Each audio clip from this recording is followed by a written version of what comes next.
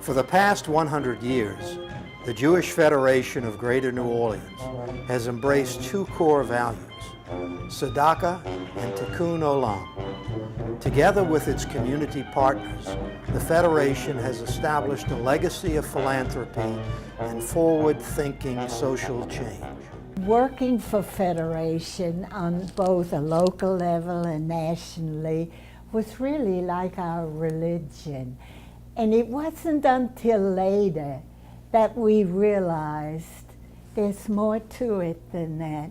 Not only is it peoplehood, but it's also our heritage. And so the combination of this peoplehood and heritage enriched our lives so magnificently. In December 1912, area Jews signed a charter announcing their intention to create a centralized approach of helping those in need in the community.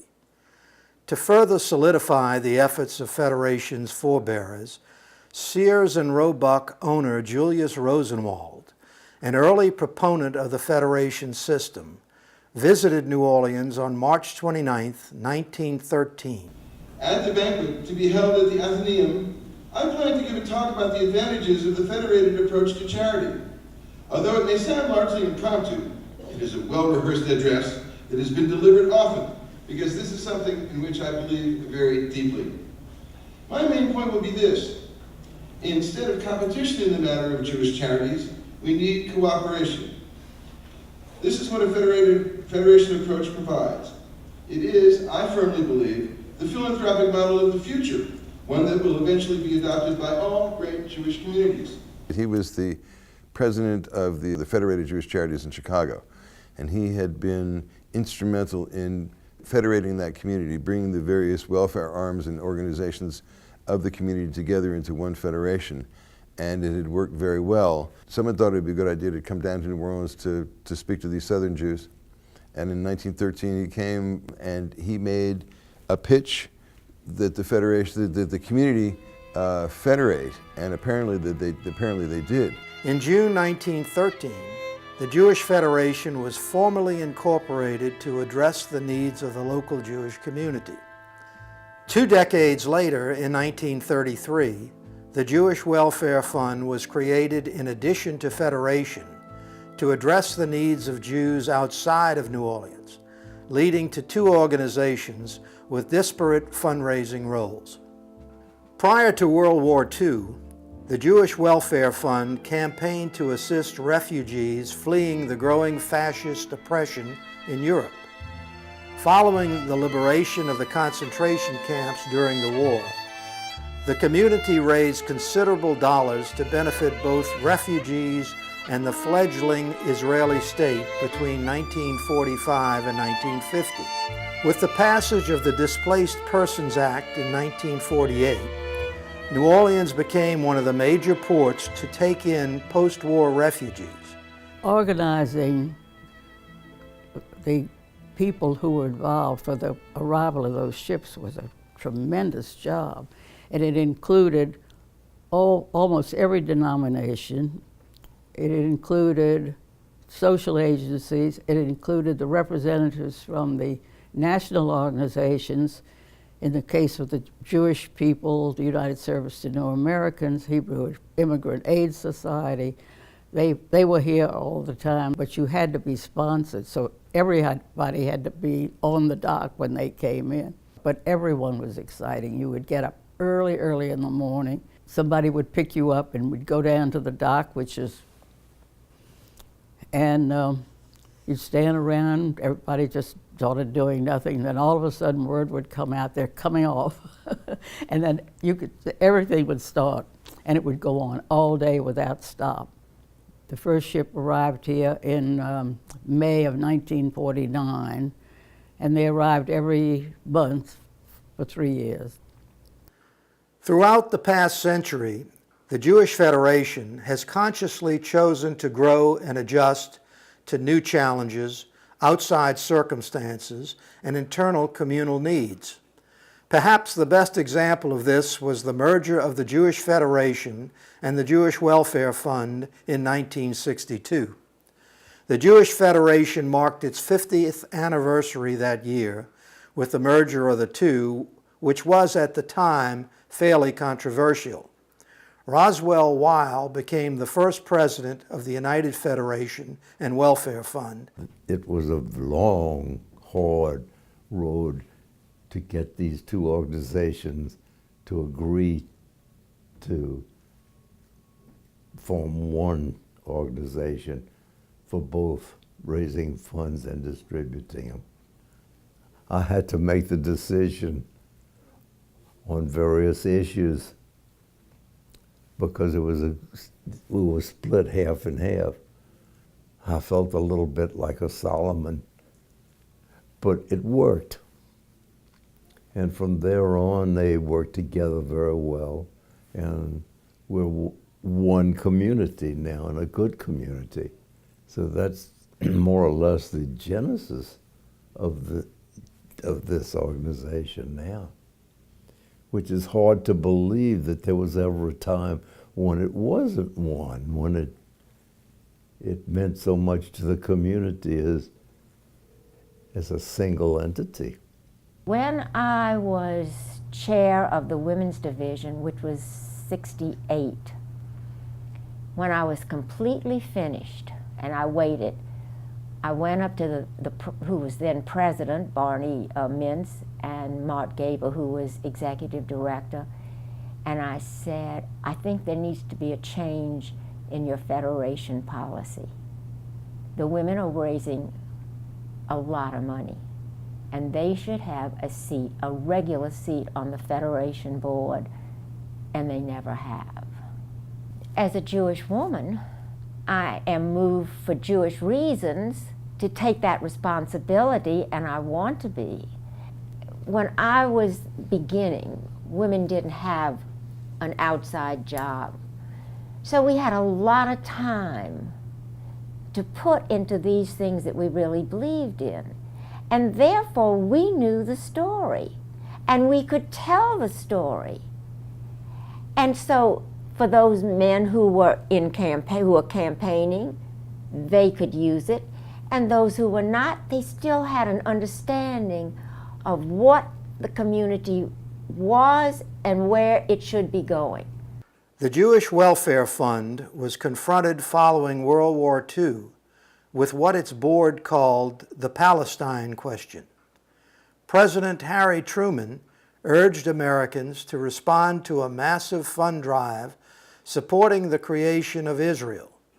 In response to this appeal, the fund borrowed against future campaigns, despite a lack of consensus over how to view the new Jewish state.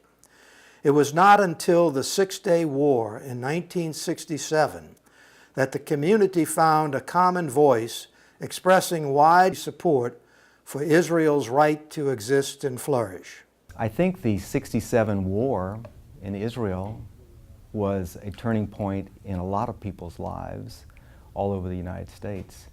And before, I think we were more passive, a lot of Jews in their thoughts towards Israel, in their feelings even as a Jew. What it did was wake up the Reformed Jewish group to say Israel really is important.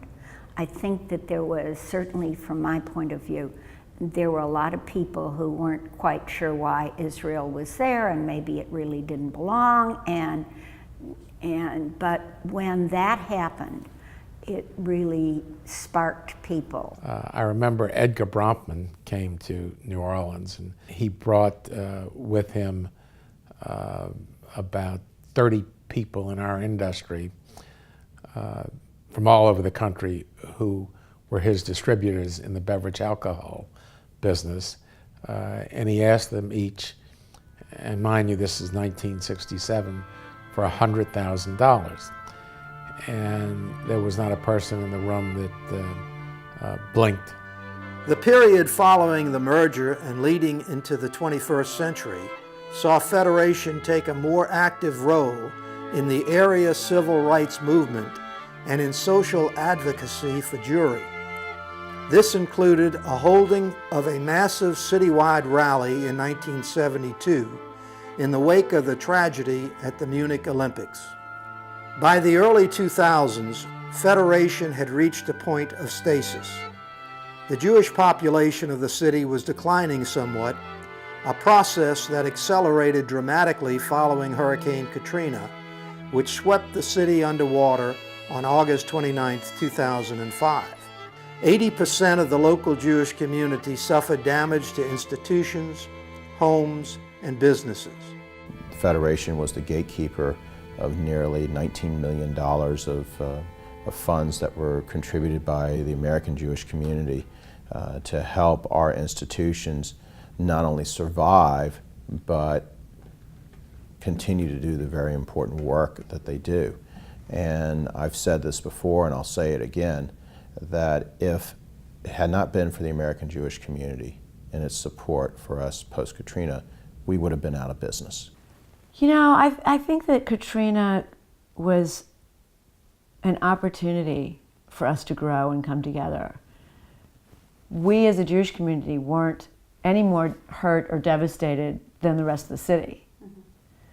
What Katrina did was give us an opportunity to become the community that you need to become when you have a tragedy. This challenge represented one of the most pivotal moments in the Federation's first century of existence. Through the stewardship of Federation leadership, both lay and professional, the community came together to create and launch a bold, innovative strategic plan to help rebuild and revitalize the community. Look, Federation was washed away with everybody else, and within a week they were up and running, and they had a list going, and they had the handle around a situation, and they really did it beautifully from, I think, 2 or 3 different locations. And because we could have electronic and digital communication by then, it helped a lot. It gave people real sense of what was the word I'm looking for? I guess peace, inner peace, to know that there was something out there that was functioning, there was a central institution. That was the beginning of the big difference between what the Federation and UJC did as opposed to what the government did. Because we never lost sight of the fact that we were trying to help the people. Federation has embraced change in the face of adversity and challenges in its first 100 years of existence. There is a clear expectation that the Federation will continue to do so over its next century of stewarding, nurturing, and supporting the New Orleans Jewish community. This is 100 years that we're talking about today, and if you can compare us with 100 years ago, we're nowhere near the same. And if you were to have asked one of the people if 100 years ago you would have asked one of the people, what's Federation going to be like in 100 years, they would have never dreamed we would have a Jewish state as strong as we have, and that our Federation movement around the whole country has been as strong as it is today. And I think, though, basically that person would be very pleased if he could look and see. So I hope that 100 years from now, we would be very pleased if we could look and see what it's going to be like.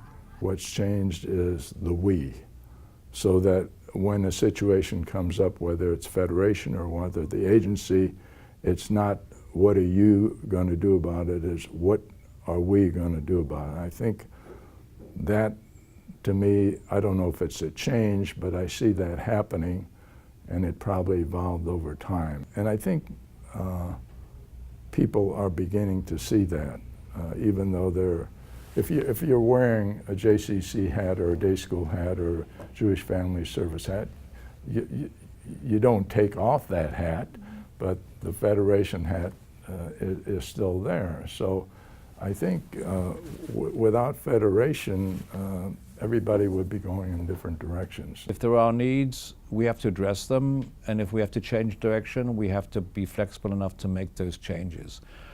This is an extraordinary community. This is an extraordinary set of leaders who understand what it means to be a leader, what it means to be responsible. You know, every Jewish community, they have their differences, they have their politics, they have the synagogues that they don't go to. But this is a small and compact community that everybody is committed. We wouldn't be the city of New Orleans without the contribution that the Jewish community made. I mean, there are many charities around. All you have to do is look at it. But I think they contributed disproportionately to their numbers. They've been extremely generous, particularly socially generous and generous financially in terms of what they could help with and what they couldn't. But if you look at the impact compared to the numbers, you got to stand and applaud for their contribution to the city of New Orleans. We wouldn't be what we are today without that small group of people who were willing to shoulder their responsibility and go beyond.